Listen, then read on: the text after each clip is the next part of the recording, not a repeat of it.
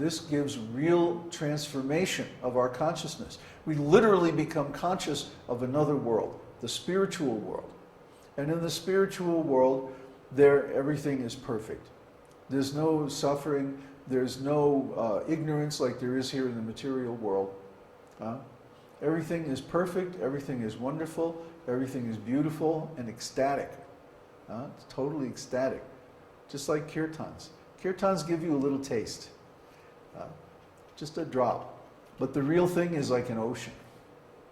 So we invite you to participate in that ocean. We invite you to jump into that ocean and swim forever with Krishna and all of his friends like that. And how do we do that? By chanting his holy name.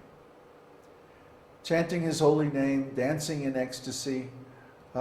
It's stated here in the Gurvashtakam that we just chanted a minute ago. The second verse. Chanting the holy name, dancing in ecstasy, singing and playing musical instruments, the spiritual master is always gladdened by the Sankirtan movement of Lord Chaitanya Mahaprabhu. Because he is relishing the mellows of pure devotion within his mind, sometimes his hair stands on end, he feels quivering in his body, and tears flow from his eyes like waves. I offer my respectful obeisances unto the lotus feet of such a spiritual master. So our spiritual master, Srila Prabhupada, is like that. And we're endeavoring to follow in his footsteps. But none of that is going to help you unless you partake, unless you absorb, unless you participate in this process. So, the first step of that process is hearing. Shravanam, Kirtanam, Vishnu Smaranam, Padasevanam, like that. There are 9 processes of devotional service, and the first one is hearing. Unless we hear nicely, Shrinu, participatory hearing, where we ourselves try to duplicate the message that is being delivered. And if we don't hear like that, we won't get it. But if we hear nicely, then we can duplicate that message, and the next step is kirtanam, shravanam, kirtanam, Vishnaho, smaranam, then remembering the Lord. So by hearing and duplicating the message, then we can repeat it, kirtanam, and chant, and in that way we can remember Krishna always. This is the perfection of life. So, in the beginning, Bhishma says, please hear from me. Shrunu. But what do we want to hear? Papa bhayapaham. That which destroys all the reactions to sinful activities. Papa means sins. And bhaya means destroys. Apaham means reactions. So, Shrinu Papa bhayapaham. Hear that which destroys all reactions to our past sins. Now, as I pointed out in the podcast, the very fact that we are here in the material world means that we have sinful activities. The reaction to sinful activities is this material body. So if we have a material body, then we know we have some sinful reactions that we need to overcome.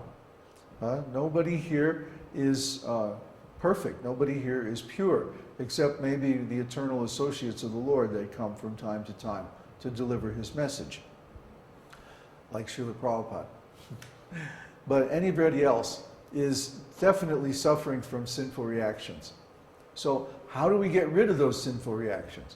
To attain liberation means we have to erase all the material impressions in the mind. And the way that we do that is by constant hearing and chanting of the holy name. Viṣṇusahasranāma is one form of the holy names, and it's a form that's specifically made for beginning devotees who have material issues, material problems to overcome. Specific result of chanting Viṣṇusahasranāma is relief from all material problems. It's stated at the end of the Viṣṇusahasranāma in a section called Phala Shruti. What are the results of chanting this mantra? And the results are given that a Brahmana attains complete Vedic knowledge. A Kshatriya attains victory over his enemies. A Vaishya attains profit and affluence. And a Shudra attains release from all his lamentations. Huh? Well, yes, sense enjoyment. But if we are desiring sense enjoyment, that means we're not on the highest platform. Still, Viṣṇusahasranāma gives us the object of our desires, whatever they are. So we have to be careful what we desire because we're going to get it. If we desire something that's very much entangling, then that can delay our liberation from material existence. But the point is, in the beginning of devotional service, everyone still has some material issues, some material problems. Until someone attains liberation and they don't care anymore about material things, they will always have some material desire, some material issues to solve. Whatever those are, Viṣṇusahasranāma will take care of that. That's what it's for.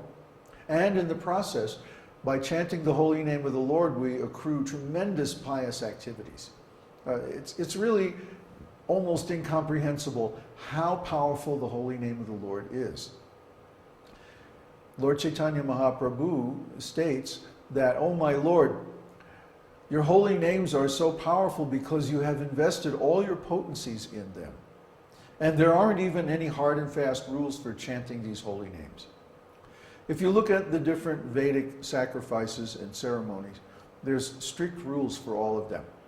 You have to have taken bath, you have to be clean, you have to be have tilak, you have to have chanted achaman mantras, you have to have initiation by a bona fide spiritual master, you have to get up at a certain time, you have to perform so many ritual activities at a certain time and like that.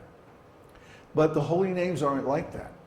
The holy names don't require any ritual qualifications or scriptural purity or even initiation or anything to be effective. You simply chant them, and because they contain all of Krishna's potencies, you get the result. I can't stress this enough. How the holy name is completely independent of what we normally understand of as religious principles, rules and regulations, and like that. The holy name is completely powerful just on its own. And we don't even have to chant a particular mantra. If we just say Krishna, Krishna, or Ram, Ram, Ram, that's enough. Why? Because when we call Krishna, Krishna is there. I mean, Krishna is everywhere anyway. But normally we forget about his presence. When we chant the holy name, then we remind ourselves of his presence and we begin to become conscious of our eternal relationship with him. The thing about it is, as soon as we approach him, he approaches us also. And when we're in his presence, well, there's just nothing like being in God's presence. There's nothing so wonderful, so beautiful, so ecstatic. So this is what everybody wants. Everybody wants a relationship with a perfect person. Everybody wants eternal, unconditional love. The problem is we're looking in the wrong place for that love. We're looking in this material world. And we're not going to find it here because it can't exist in the material universe. That kind of love can only exist in the spiritual world. And that's where Krishna is. Krishna is always there in the spiritual world, surrounded by all of his friends and the cows and the beautiful forest of Vrindavan. That's Krishna. So we should understand that wherever Krishna's name is, Krishna is also there. And wherever Krishna is, also Vrindavan is there. All his friends, all his cows, all of his pastimes, everything is there completely in Krishna's holy name. So here we have 1,000 holy names of Krishna. And over the next few weeks, we're going to take one verse at a time and explain the meaning of all these 1,000 names of the Lord. And our explanation, it's not something that we made up. It's based on Baladev Vidyabhushana's commentary on the Viṣṇusahasranāma. I mean, Krishna was right there when Bhishma chanted these holy names of the Lord. So even though it's called the Viṣṇusahasranāma, actually these names all refer to Krishna, because Krishna is the original Vishnu. He is the source from which all the Vishnu expansions emanate.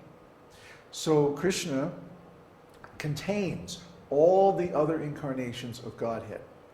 And when we chant these 1,000 holy names, we actually invoke the presence of all of them, one after the other.